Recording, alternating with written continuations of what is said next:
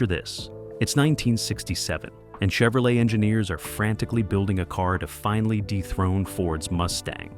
What they created was the Camaro RS/SS, a muscle car ready to devour the competition. But this wasn't just another performance story. The 1967 Camaro RS/SS was hiding secrets so bizarre that even hardcore Chevy fanatics would be shocked. From assembly disasters that nearly killed the program to scandals GM executives tried burying forever, you'll discover 20 weird facts about the 67 RS/SS that will shatter everything you thought you knew about this iconic muscle car. Fact 1. The name that was chosen is by accident. Here's something that'll blow your mind about how the Camaro got its name. Chevrolet didn't choose Camaro because it sounded cool or meant something powerful in another language. They chose it because every other name they wanted was already taken or legally problematic. Their original frontrunner was Panther, which tested incredibly well with focus groups and had that predatory muscle car vibe that GM wanted desperately. But Ford had already trademarked variations of Panther for potential future models, effectively blocking Chevrolet from using it. The backup name was Chaparral, inspired by the successful racing team, but legal discovered that name was also tied up in complicated trademark disputes that would take years to resolve. After burning through dozens of rejected names, a frustrated marketing executive named Robert Lund supposedly grabbed a French-English dictionary and started randomly pointing at words. When he landed on a French slang term that roughly translated to friend or comrade, someone in the room said it sounded aggressive enough. But here's the kicker that Chevrolet never advertised publicly. Camaro doesn't actually mean anything specific in French, Spanish, or any other language that GM claimed during the marketing campaign. Automotive journalists at the launch event asked Chevrolet representatives what Camaro meant, and GM's official response became legendary. A Camaro is a small, vicious animal that eats Mustangs. That line wasn't planned marketing genius. It was a desperate improvisation by a PR representative who had no idea what the name actually meant and needed to say something memorable quickly. Fact 2. The assembly line that couldn't build them. The 1967 Camaro RS/SS models were supposed to roll off Chevrolet's assembly lines with the same efficiency as any other GM product. But the reality was absolute chaos that nearly destroyed the entire program before it began. The problem started with the fact that the Camaro was being built at two separate facilities, the Norwood, Ohio plant and the Van Nuys, California plant, and neither facility was properly prepared for the car's unique construction requirements. The RS package required special hideaway headlight mechanisms that assembly line workers had never installed before on any production vehicle. The complex vacuum-operated system involved dozens of components that had to be precisely aligned, and the installation process took 3 times longer than scheduled. This created massive bottlenecks on the assembly line, as workers struggled to install the hideaway headlights while keeping pace with the rest of the production sequence. The SS package made things even worse because the big block engine options required different motor mounts, suspension components, and cooling systems that weren't interchangeable with small block cars.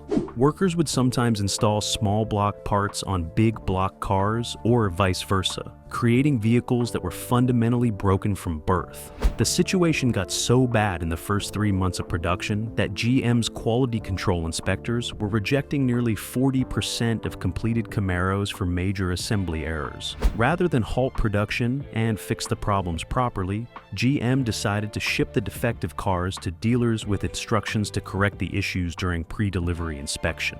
Most dealers had no idea how to fix complex assembly errors and simply handed customers problematic cars that would develop issues within weeks of purchase. Fact 3. The hidden VIN code that reveals everything. Every 1967 Camaro RS/SS has multiple VIN stamps and hidden codes scattered throughout the car. But most owners have no idea what these secret numbers actually reveal about their vehicle's troubled production history. The main VIN everyone knows about on the dashboard is just the beginning of the story. There are additional stamps on the engine block, transmission case, rear axle housing, and even hidden locations on the body that tell the complete tale of each car's assembly journey. But here's what makes the '67 Camaro unique and slightly disturbing. The hidden codes reveal which assembly shift built your car, and internal GM documents that surfaced decades later prove that certain shifts produce consistently inferior vehicles. The Monday morning shift at Norwood was notoriously problematic because workers were recovering from their weekends and made more mistakes than any other shift during the entire week. Cars built during this shift have higher rates of assembly errors, missing parts, and quality control failures that plague them even today. The Friday evening shift at Von Nuys was equally bad because workers were rushing to finish the week and would cut corners to meet production quotas before the weekend.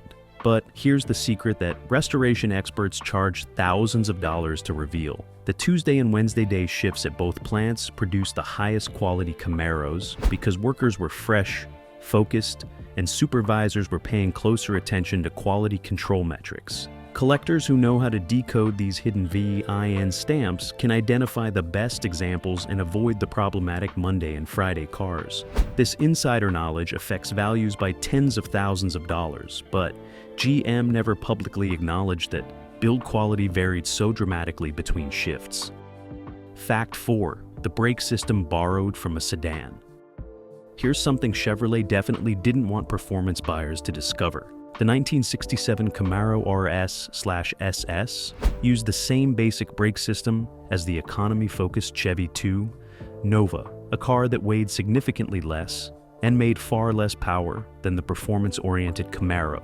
The front disc brakes that were optional on the RS/SS were adequate for normal driving, but they were completely overwhelmed by the big block engine's power and the car's performance capabilities during spirited driving. The problem was that GM's accounting department refused to develop a unique brake system specifically for the Camaro, because that would increase production costs and reduce profit margins. Instead, they mandated that engineers use existing parts from other GM vehicles to save money, regardless of whether those parts were appropriate for the application. The result was a brake system that was marginal at best and genuinely dangerous at worst for cars equipped with the 396 cubic inch big block engine.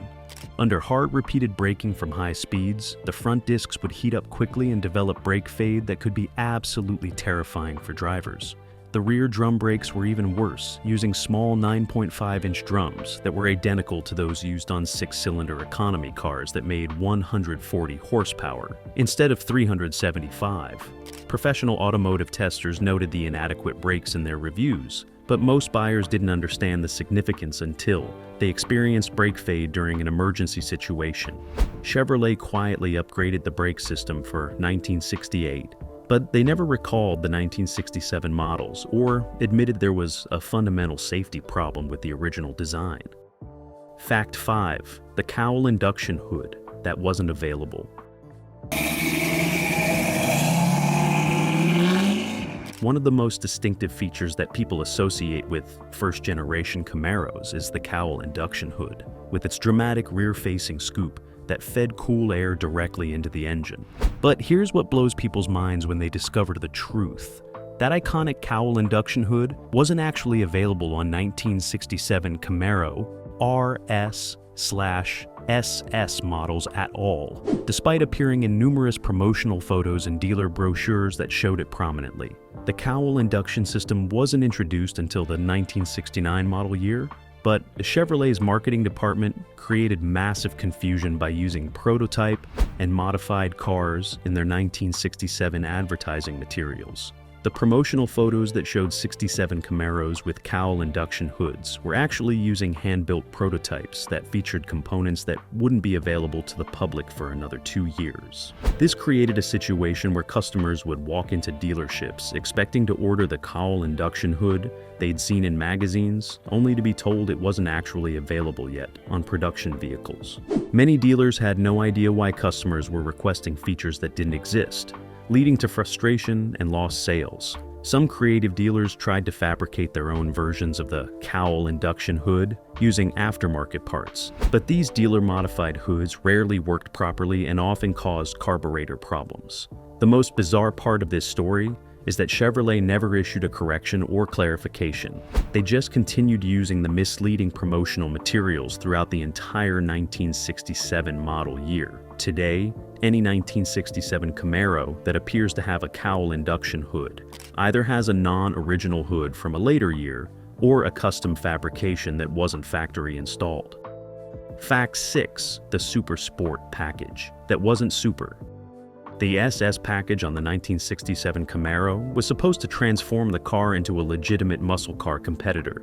But here's the dirty secret that Chevrolet buried in the fine print. You could order an SS package Camaro with the base 350 cubic inch small block V8 that made only 295 horsepower, barely more than some of the hottest six-cylinder engines available in competing brands. The SS designation historically meant super sport and implied maximum performance. But Chevrolet realized they could sell more SS packages by making them available with less powerful engines that reduced insurance costs for younger buyers. This created a bizarre situation where SS Camaros varied wildly in actual performance depending on which engine option the buyer selected. A base SS with a 350 engine was significantly slower than an RS model equipped with the optional L35 396 big block, even though the SS badge suggested superior performance. The confusion was intentional because Chevrolet wanted the prestige and sales volume that came with the SS nameplate without limiting it to only the most expensive, highest performance configurations. But here's where it gets even more complicated and misleading. The SS package included specific visual elements like the blacked out grille, special badges, and unique striping. But these cosmetic upgrades didn't correlate with actual performance capabilities. Many buyers assumed that any SS Camaro was a genuine muscle car, only to discover they'd purchased a moderately powered vehicle with sporty looks. The most powerful SS option was the L78 396 cubic inch big block, making 375 horsepower. But only 1,138 buyers ordered this ultimate combination out of over 220,000 total Camaros built. The vast majority of SS Camaros were actually pretty mild performers, hiding behind aggressive styling and suggestive badging. Fact 7. The Rally Sport package that blinded drivers. The RS package with its distinctive hideaway headlights looked absolutely spectacular and was one of the most popular options on the 1967 Camaro, but it had a potentially deadly flaw that Chevrolet covered up for decades. The vacuum-operated headlight doors that concealed the headlights when not in use had a tendency to fail in the closed position, leaving drivers without any headlights whatsoever in nighttime driving conditions. The problem was inherent in the complex vacuum system that controlled the headlight doors, which used rubber diaphragms and check valves that would deteriorate rapidly when exposed to engine heat and oil contamination. When the system failed, the headlight doors would remain closed, and the headlights couldn't illuminate the road, regardless of whether they were turned on or not. Early RS owners reported numerous incidents of complete headlight failure during night driving, creating genuinely dangerous situations on dark highways. Chevrolet's initial response was to blame owner neglect and poor maintenance, but internal engineering reports showed that the vacuum system was fundamentally unreliable, regardless of how well it was maintained. The company quietly redesigned the vacuum system components twice during the 1967 production run, improving reliability incrementally, but they never issued a recall or admitted the original design was defective. The most alarming discovery came decades later when researchers found internal GM memos discussing multiple accident reports involving RS Camaros that lost the headlight function at night. GM's legal department recommended against any public acknowledgement of the problem to avoid liability exposure.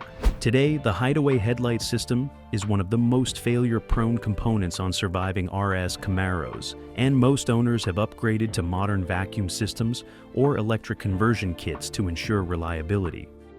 Fact 8. The 4-speed manual that wasn't actually 4 speeds. The optional 4-speed manual transmission that was available on 1967 RS/SS Camaros came in two completely different versions, but Chevrolet never told buyers which version they were getting, or that there was even a difference between them. The standard 4-speed was the M20 wide ratio Muncie transmission, which was perfectly adequate for street driving and offered reasonable performance with acceptable durability.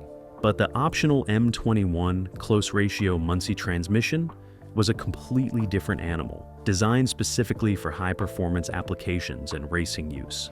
Here's where it gets weird and slightly deceptive.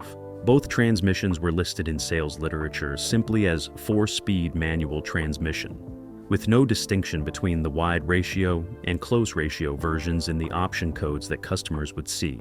The only way to order the close ratio M21 was to select specific engine and rear axle combinations that triggered it automatically. But this process was never explained to buyers. Most customers had no idea which transmission they were getting until they drove the car and experienced the different shift characteristics. The close ratio M21 had tighter gear spacing that kept the engine in its power band more effectively, providing noticeably better acceleration and performance.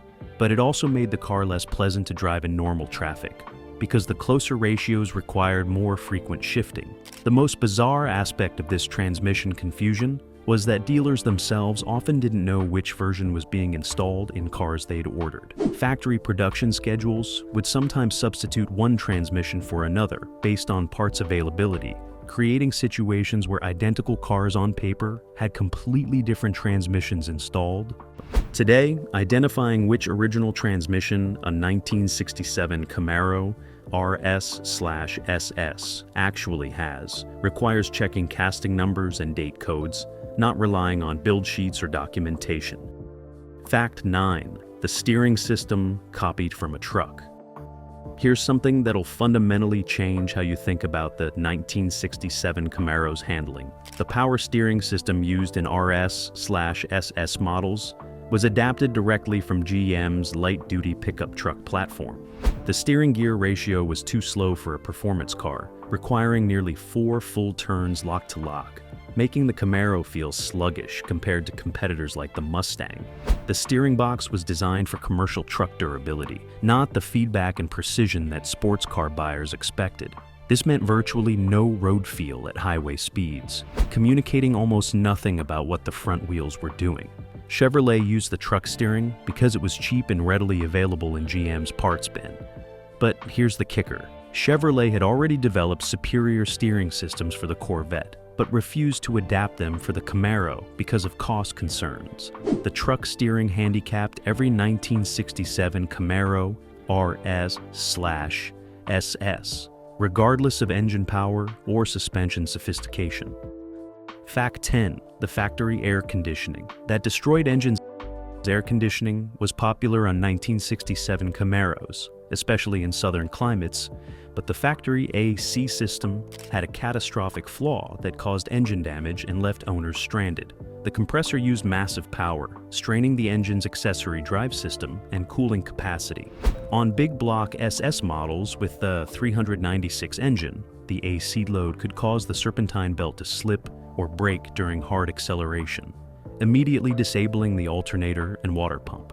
This caused overheating within minutes, potentially destroying the engine. The real disaster was the cooling system, barely adequate without AC and completely overwhelmed with it added. The AC condenser blocked critical airflow, making everything worse. Big block Camaros routinely overheated despite proper coolant levels. Chevrolet knew about this. Warranty claims ran 300% higher on AC cars, but never issued a recall. Their solution? Turn off the AC during hot weather, completely defeating its purpose. Fact 11. The paint defect that became valuable. The 1967 Camaro RS/SS models, painted in tuxedo black, had a manufacturing defect that Chevrolet tried desperately to hide from customers and dealers. The black paint formula used during the first 6 months of production contained an incorrect ratio of hardener, causing the paint to remain soft and susceptible to damage for years after application. Owners reported that their black Camaros would show fingerprints, water spots, and swirl marks that couldn't be buffed out, making the cars look perpetually dirty, regardless of how carefully they were maintained. The problem was traced to a paint supplier who had reformulated their product to save money without informing GM about the chemical changes. By the time Chevrolet discovered the issue, over 3,000 black Camaros had been painted with the defective formula. Rather than repaint the affected cars, GM instructed dealers to tell customers that black paint required special care and maintenance. The defective paint also had a tendency to fade to a dark gray color within 3 years, destroying the car's appearance. Today, early production black RS/SS Camaros with original paint are virtually impossible to find because the defective paint deteriorated so badly that nearly every surviving car has been repainted multiple times. Fact 12. The vinyl top that trapped water. The optional vinyl roof covering available on 1967 Camaros looked elegant and sophisticated, but it created a rust trap that destroyed hundreds of cars within a decade. The vinyl material was glued directly to the steel roof panel using an adhesive that wasn't waterproof, allowing moisture to seep underneath and become trapped against the metal. In northern climates where salt was used on winter roads, the trapped moisture would turn into a corrosive brine that ate through the roof panel from the inside. The problem was made worse because the vinyl covering hid the rust damage until it was far too advanced to repair economically. Owners would have no idea their roof was rotting away until they noticed bubbling under the vinyl, or, in extreme cases, until their fingers could punch through the weakened metal. Chevrolet was aware of the rust problem because dealers were reporting numerous warranty claims, but the company classified roof rust as cosmetic damage that wasn't covered under warranty. By the mid-1970s, vinyl-top Camaros were developing massive rust holes that made the car structurally unsafe, yet Bank M never recalled them or offered to remove the problematic vinyl. Today, finding a vinyl-top 1967 Camaro with an original rust-free roof is nearly impossible, making them extremely rare despite being a popular option when new. Fact 13. The rear axle that changed randomly. The rear axle ratio in 1967 RS/SS Camaros was supposed to be determined by the buyer's option selections, but factory production records reveal that many cars received completely different axles than what was ordered. The problem stemmed from GM's new computerized part scheduling system, which would automatically substitute available axle ratios when the ordered ratio was temporarily out of stock. A customer might order a 3.73:1 performance axle ratio, but receive a 2.73:1 economy ratio, instead dramatically changing the car's performance characteristics. The computer substitutions were never documented on the build sheet or communicated to dealers, so nobody knew the cars had wrong axles until someone checked the stamped codes. Some cars received more aggressive axle ratios than ordered, making them faster but worse on fuel economy. Others got economy ratios that left owners confused about why their SS Camaro felt so slow despite having the big block engine. The situation was so chaotic that Chevrolet dealers started checking axle codes on every Camaro before delivery, discovering substitutions on nearly 15% of all cars. GM refused to replace incorrectly installed axles under warranty, claiming that any factory-installed ratio was acceptable regardless of what the customer ordered. Fact 14. The dashboard that caught fire. The instrument panel padding used in early production 1967 Camaros was made from a foam material that was highly flammable and would emit toxic fumes when burning. The material was chosen because it was cheap and easy to mold into the complex dashboard shape, but GM's material engineers failed to test its fire resistance adequately. Several documented cases involved cigarette lighter malfunctions or electrical shorts that ignited the dashboard padding, causing fires that filled the passenger compartment with thick black smoke within seconds. One particularly tragic incident in Florida resulted in serious injuries when a dashboard fire spread so quickly that the driver barely escaped the vehicle. GM's response was to quietly change the foam formulation in January 1967, but they never recalled the earlier cars or even acknowledged that there was a safety problem. Internal memos show that GM's legal department was concerned about liability exposure if the dashboard fires became public knowledge. The company instructed dealers to handle any fire-related warranty claims quietly and make customers sign confidentiality agreements before authorizing repairs. Today, early production 1967 Camaros still have the original flammable dashboard foam, creating a genuine safety hazard that most owners don't know exists. The fire safety experts recommend that owners of early 67 Camaros replace the dashboard padding with modern fire-resistant materials. Fact 15. The convertible top that ripped itself apart. The power convertible top mechanism offered on 1967 RS/SS Camaros was plagued by a design flaw that caused the top fabric to tear along the seams during normal operation. The hydraulic cylinders that raised and lowered the top operated at inconsistent speeds, causing one side to move faster than the other, and creating twisting forces that the fabric couldn't withstand. The problem was worst in cold weather when the vinyl fabric lost flexibility, making it even more susceptible to tearing during the folding operation. Owners reported that their convertible tops would develop tears after just a few months of use, requiring expensive replacements that weren't covered under warranty because GM claimed it was wear and tear. The real issue was that the hydraulic system pressure was set too high to ensure the top would function in all conditions, but this excessive force destroyed the fabric prematurely.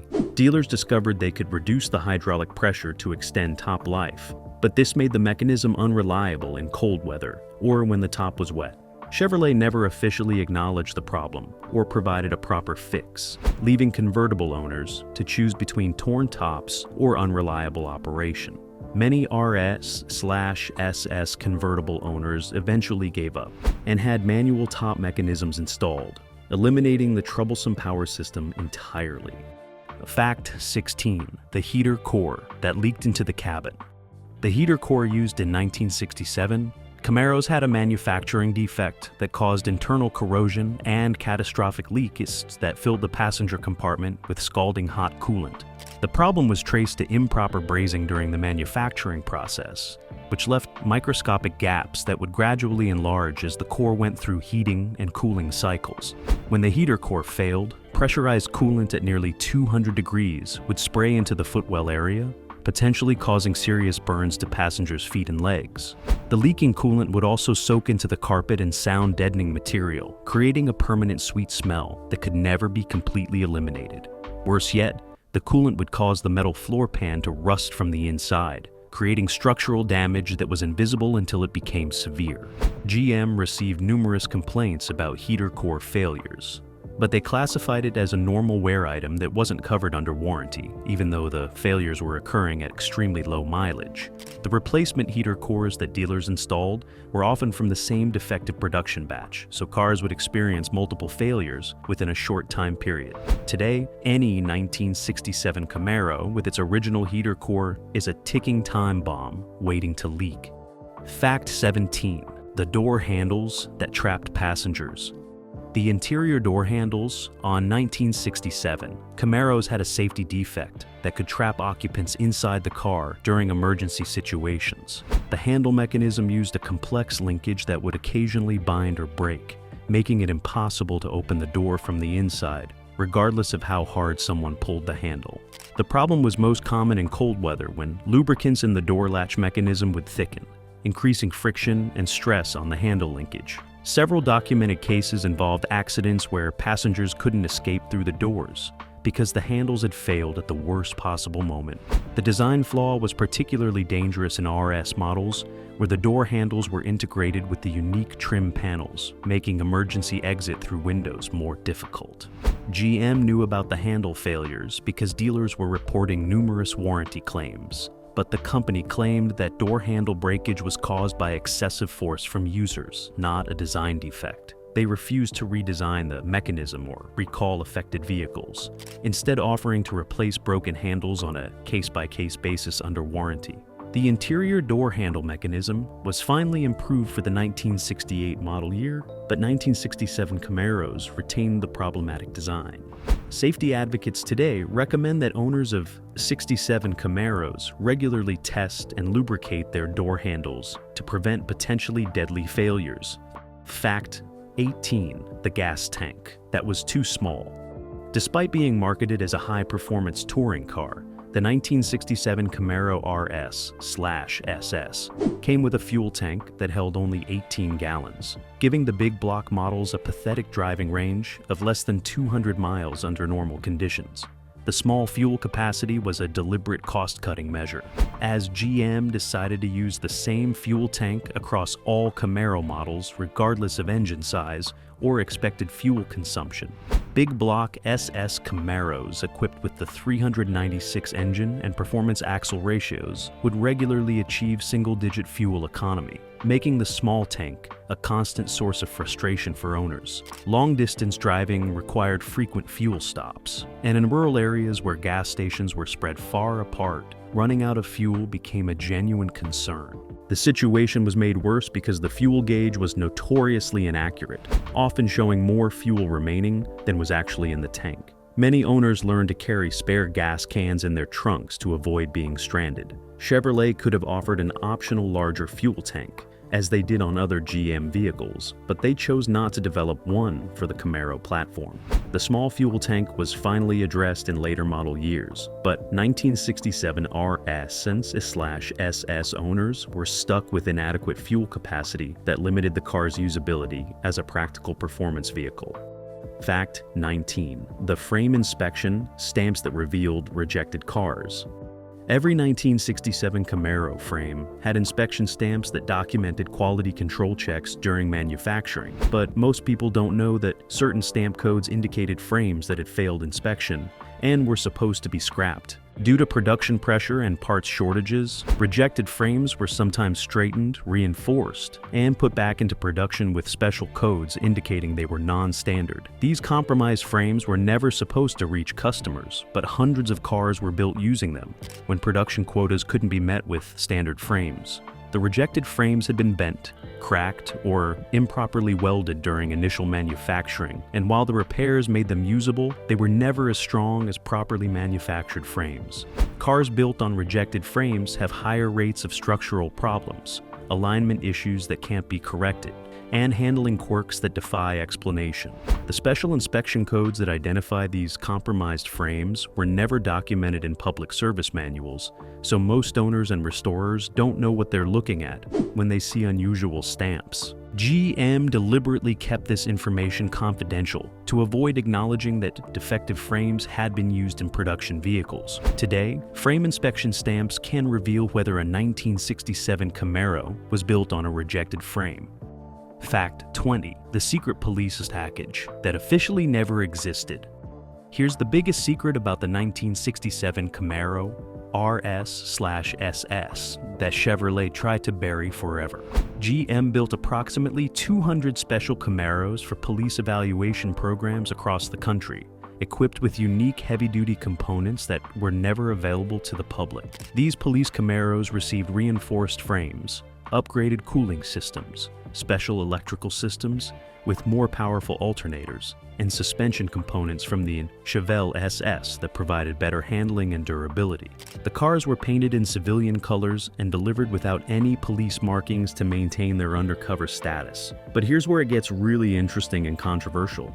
The police package Camaros were so extensively modified that they were essentially different vehicles sharing only the basic body shell with production RS/SS models. They featured special engine calibrations that provided more low-end torque, upgraded brake systems with cooling ducts, and even bulletproof door panel inserts in some units.